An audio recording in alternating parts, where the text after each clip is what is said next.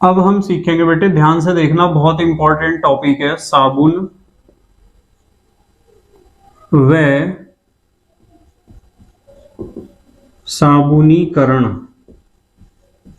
साबुन व साबुनीकरण, soap and saponification. ठीक है, बहुत इंपॉर्टेंट है, एग्जाम में पूछा जाता है, ध्यान रखना। सबसे पहला सवाल आता है कि सर साबुन का क्या मतलब है। तो बेटे साबुन का मतलब होता है जो उच्च अणुभार वाले मोनोकार्बोक्सिलिक एसिड होते हैं ना, उनके सोडियम लवण को हम कहते हैं साबुन। ठीक है, आप परिभाषा लिख सकते हो, उच्च अणुभार यानी ज्यादा अणुभार वाले, उच्च अणुभार वाले मोनो माने एक, कार्बोक्सिलिक एसिड, सिखाए थे ना कार्बोक्सिलिक एसिड के सोडियम लवण को साबुन कहते हैं। तो यदि कोई पूछता है साबुन किसे कहते हैं, तो आपका जवाब होना चाहिए कि जो उच्च अणुभार वाले एक कार्बोक्सिलिक एसिड ग्रुप वाले सोडियम साल्ट होते हैं, उन्हें हम कहते हैं साबुन, मोनोकार्बोक्सिलिक एसिड के सोडियम साल्ट। ठीक है, अच्छा सोडियम के अलावा पोटेशियम भी हो सकता है, पोटेशियम लवण भी, चलो दोनों चीज लिख देते हैं। एसिड के सोडियम या पोटेशियम लवण साबुन कहते हैं, उच्च अणुभार वाले मोनोकार्बोक्सिलिक एसिड के सोडियम व पोटेशियम लवण को साबुन कहते हैं। अब साबुन कैसे बनता है, जैसे मान लो मेरे पास एक तेल या वसा है, CH2COOR single bond CHCOOR single bond CH2COOR। ये जो मैंने लिखा ना, R का मतलब बड़ा सा कोई अल्काइल ग्रुप है, जैसे C17H35 किताबों में छपा होता है C17H35, पर आप R ही लिखना। ठीक है, ये जो मैंने फार्मूला लिखा है ये तो या किसी तेल का है या फिर वसा का है। आप तेल या वसा लो और तेल या वसा को आप NaOH के साथ गर्म कर दो। NaOH के मैं 3 अणु लूंगा। NaOH के कितने अणु लिए? 3। NaOH के साथ गर्म कर दो। यदि कपड़े धोने का साबुन बनाना और यदि नहाने का बनाना तो KOH के साथ गर्म कर दो। ध्यान रखो इस चीज को, कपड़े धोने के लिए तो NaOH इस्तेमाल करते हैं और नहाने के लिए KOH। तो यहां से इतना हिस्सा निकलेगा और यहां से इतना हिस्सा निकलेगा, ये चीज निकल जाती है। ये हमारे पास बनता है RCOONA, RCOONA, RCOONA। 3 अणु बनते हैं RCOONA के और इसे ही हम कहते हैं साबुन। ठीक है, सोप। ठीक है, इसे कहते हैं सोप या साबुन। ठीक है, ध्यान रखोगे। अच्छा एक चीज बताता हूं, यहां साबुन के साथ साथ, चलो साबुन ही लिख लो आप, साबुन के साथ साथ एक चीज और बनती है। देखो क्या बना, देखो CH2OH CHOH CH2OH, ये बनता है, ये बहुत काम की चीज है। CH2 single bond OH single bond CHOH और फिर सिंगल बॉन्ड CH2OH, इसे हम कहते हैं ग्लाइसिरोल। ग्लाइसिरोल, इसे भी हिंदी में लिखूं, हिंदी में इसे कहते हैं ग्लिसरीन। आप ग्लिसरीन लिख दो या ग्लाइसिरोल लिख दो, एक ही बात है।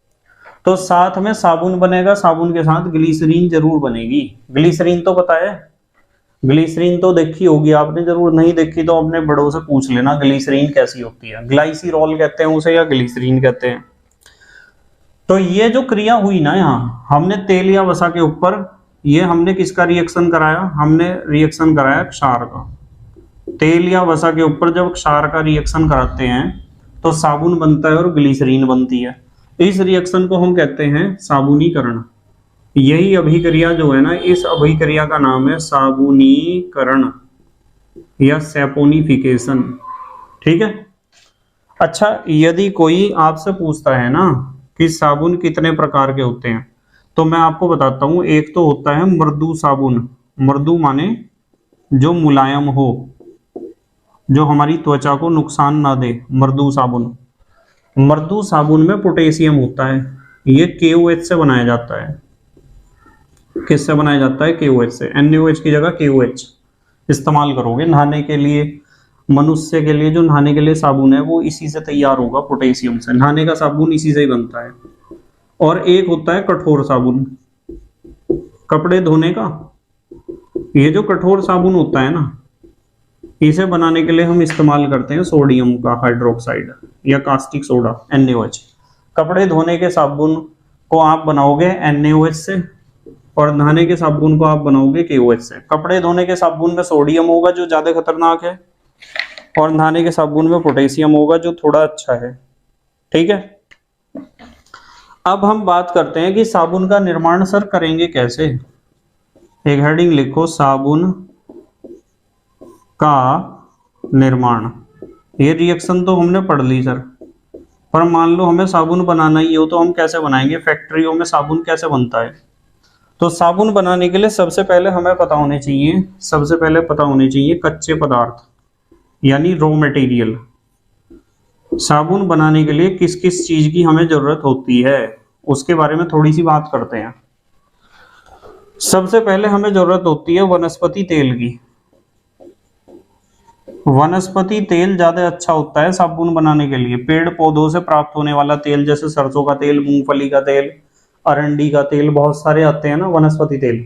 वैसे जंतु तेल भी प्रयोग करती हैं कुछ कंपनियां, वे खतरनाक है। कपड़े धोने का साबुन तो उनसे बन जाए, कोई दिक्कत नहीं है, पर नहाने का साबुन बनाने के लिए हमें वनस्पति तेल का ही प्रयोग करना चाहिए, जो पेड़ पौधों से प्राप्त होने वाले तेल हैं।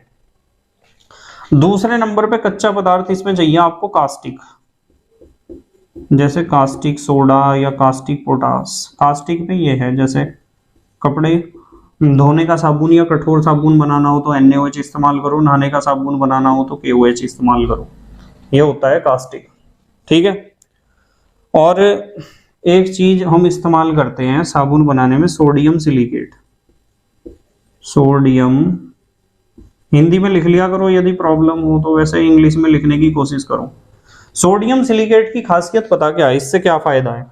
एक तो साबुन का भार बढ़ाना है, उससे सोडियम सिलिकेट मिला दो। जैसे आपने देखा होगा साबुन के ऊपर लिखा होता है अब पाए 20% एक्स्ट्रा। अब 20% एक्स्ट्रा का मतलब साबुन ने उसमें उतना ही सोडियम सिलिकेट मिला दिया वजन बढ़ाने के लिए। ठीक है, और साबुन को सख्त बनाने के लिए भी सोडियम सिलिकेट मिलाया जाता है, सख्त भी बनता है उससे साबुन। और साबुन सोडियम सिलिकेट मिलाओगे तो चिकना भी होगा और उसमें चमक भी आ जाएगी। तो ये सारी चीजें सोडियम सिलिकेट मिलाने से आ जाती हैं साबुन में। वजन भी बढ़ जाएगा, सख्त भी हो जाएगा, थोड़ा चिकना भी हो जाएगा, चमकदार भी हो जाएगा। ठीक है, एक साबुन बनाने में हमें जरूरत पड़ती है नंबर 4 पर कार्बोलिक एसिड की। कार्बोलिक एसिड, ये कार्बोलिक एसिड पता क्या होता है? ये होता है कीटाणुनाशक। जैसे आपके साबुन है ना, जैसे आपका डेटॉल साबुन है, उसमें कार्बोलिक एसिड है, कीटाणुओं को खत्म करने का काम करता है। कार्बोलिक एसिड डेटॉल में तो जरूर होगा। ठीक है, एक इस्तेमाल होता है नंबर 5 पे, इसमें हमें चाहिए एक विरोजा। विरोजा, बिरोजा भी कहते हैं कुछ लोग, रेजिन। इससे पता क्या फायदा है विरोजा या रेजिन से? इससे फायदा यह है कि एक तो उसके अंदर चमक आ जाएगी, साबुन के अंदर चमक आ जाएगी, और मैल को काटने की क्षमता बढ़ जाएगी, यानी मैल को कपड़ों से या शरीर से मैल को अच्छी तरीके से वो अलग करेगा। और इसे मिलाने से झाग भी ज्यादा बनते हैं, ध्यान रखना। ठीक है, एक चीज की और जरूरत पड़ती है, वैसे तो अब कंपनियां पता नहीं क्या क्या डाल रही। रंग की जरूरत पड़ती है, कैसे कलर का साबुन बनाना है, और सुगंधित पदार्थ, कैसी उसमें से स्मेल आनी चाहिए। ठीक है, इस चीज की भी जरूरत पड़ती है। सुगंधित पदार्थों की जरूरत नहाने के साबुन में पड़ती है। वैसे तो आजकल की कंपनियां कपड़े धोने के साबुन में भी सुगंधित पदार्थ का प्रयोग कर रही। ठीक है, तो इन कच्चे पदार्थों की आवश्यकता पड़ेगी। जल्दी से पोज करके लिखो, लिख लिया बेटे? ठीक है, देखो वैसे तो साबुन बनाने की पुरानी विधियां हैं बहुत सारी, पर हम यहाँ आधुनिक विधि के बारे में ही बात करेंगे। आधुनिक विधि कि आजकल जो फैक्ट्रीज हैं वो साबुन किस तरीके से बनाती हैं। छोटी सी विधि है, एकदम से आपके समझ में आ जाएगी। आप सबसे पहले तेल ले लो, तेल या वसा। सबसे पहले आप तेल या वसा ले लो, और तेल या वसा को लेकर आपको क्या करना है, तेल या वसा लो और उसका जल अपघटन कराओ H2O से। ठीक है, पानी में मिलाओ तेल या वसा को, और जिंक ऑक्साइड, या तो आपके पास जिंक ऑक्साइड होना चाहिए या फिर होना चाहिए डाइल्यूट H2SO4, या करके लिखता हूं तनु सल्फ्यूरिक अम्ल। इन दो में से कोई सी चीज ले लो, मतलब तेल या वसा पानी में मिला दिया, इन दोनों में से कोई सी एक चीज मिला दी और 250 डिग्री सी पर गर्म कर दिया। और यदि दाब की बात करें तो 45 वायुमंडलीय दाब की जरूरत पड़ती है, बहुत ज्यादा प्रेशर है। जब आप गर्म करोगे तो आपको दो चीज मिलेंगी, ग्लिसरॉल और वसीय अम्ल। एक तो आपको मिलेगा ग्लिसरॉल, ग्लाइसीरॉल हिंदी में लिख लेना, और साथ में मिलेगा आपको वसीय अम्ल। वसीय अम्ल को, इसका इंग्लिश में नाम अलग है ना, वसीय अम्ल को कहते हैं फैटी एसिड। ये दो चीज मिलेंगी। तो आपने तेल या वसा लिया, पानी में मिलाया, उसे जिंक ऑक्साइड या डाइल्यूट H2SO4 के साथ 250 डिग्री सी पे गर्म किया, 45 वायुमंडलीय दाब लगाया, दो चीज मिली, ग्लिसरॉल और साथ में वसीय अम्ल। ठीक है, अब आपको क्या करना है, ये जो भी मिश्रण मिलाना आपको इन दोनों का, उसका कम दाब पर आसवन कर दो। कम दाब पर आसवन, आसवन एक शुद्ध करने का तरीका होता है। वैसे तो मैं 12th में पढ़ाऊंगा इस चीज को, आसवन का मतलब क्या है। आसवन कहते हैं किसी चीज को, द्रव को भाप बना के उड़ाओ और उस भाप को ठंडा करके फिर द्रव में कन्वर्ट कर दो। जैसे धरती से पानी उड़ता है, भाप बन के ऊपर जाता है और ऊपर से फिर ठंडा होकर बारिश के रूप में नीचे गिरता है। तो वाष्पन उड़ा, संघनन नीचे गिरा। वाष्पन और संघनन को दोनों को कुल मिलाकर हम कहते हैं आसवन।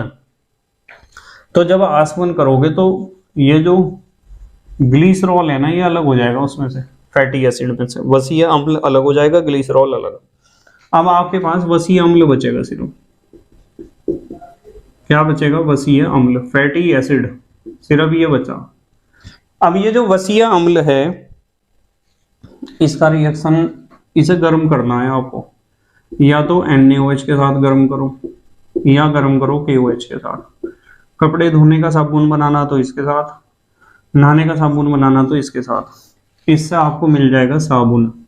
तो ये साबुन बनाने का तरीका है बेटे, फैक्ट्रीज में इस तरह साबुन बनता है, ये तरीका है। ठीक है, अब हम बात कर लेते हैं अच्छे साबुन के गुणों के बारे में। अच्छे साबुन के गुण, कि जो अच्छा साबुन है उसमें क्या क्या खासियत होनी चाहिए। सबसे पहली खासियत कि उसमें जो जल है ना, जल, पानी, वो कम होना चाहिए 10% से। पानी की मात्रा 10% से कम होनी चाहिए। दूसरी उसकी खासियत ये होनी चाहिए कि उसमें क्षार न हो, यानी वो साबुन जो है ना बहुत ज्यादा क्षारीय ना हो, ऐसा ना हो कि त्वचा को जलाई दे। जैसा आपने देखा होगा कि बहुत सारे कपड़े धोने के साबुन ऐसे होते हैं कि महिलाओं के हाथ जल जाते हैं, उसमें सारे हाथ खराब हो जाते हैं साबुन, या कुछ सर्फ ऐसे होते हैं। ठीक है, नंबर 3, तीसरी चीज, साबुन चिकना होना चाहिए, वह मुलायम होना चाहिए। ठीक है, ऐसा नहीं होना चाहिए कि ईंटी रगड़ दी शरीर पे और सारा शरीर ही घिस दिया। चिकना और मुलायम होना जरूरी है। और उसमें कीटाणुनाशक भी होना चाहिए, कीटाणुनाशक प्रेजेंट, यानी उपस्थित होना चाहिए। ये अच्छे साबुन के गुण हैं। जल्दी से पोज करके लिखो। आप लिख लिया बेटे? ठीक है।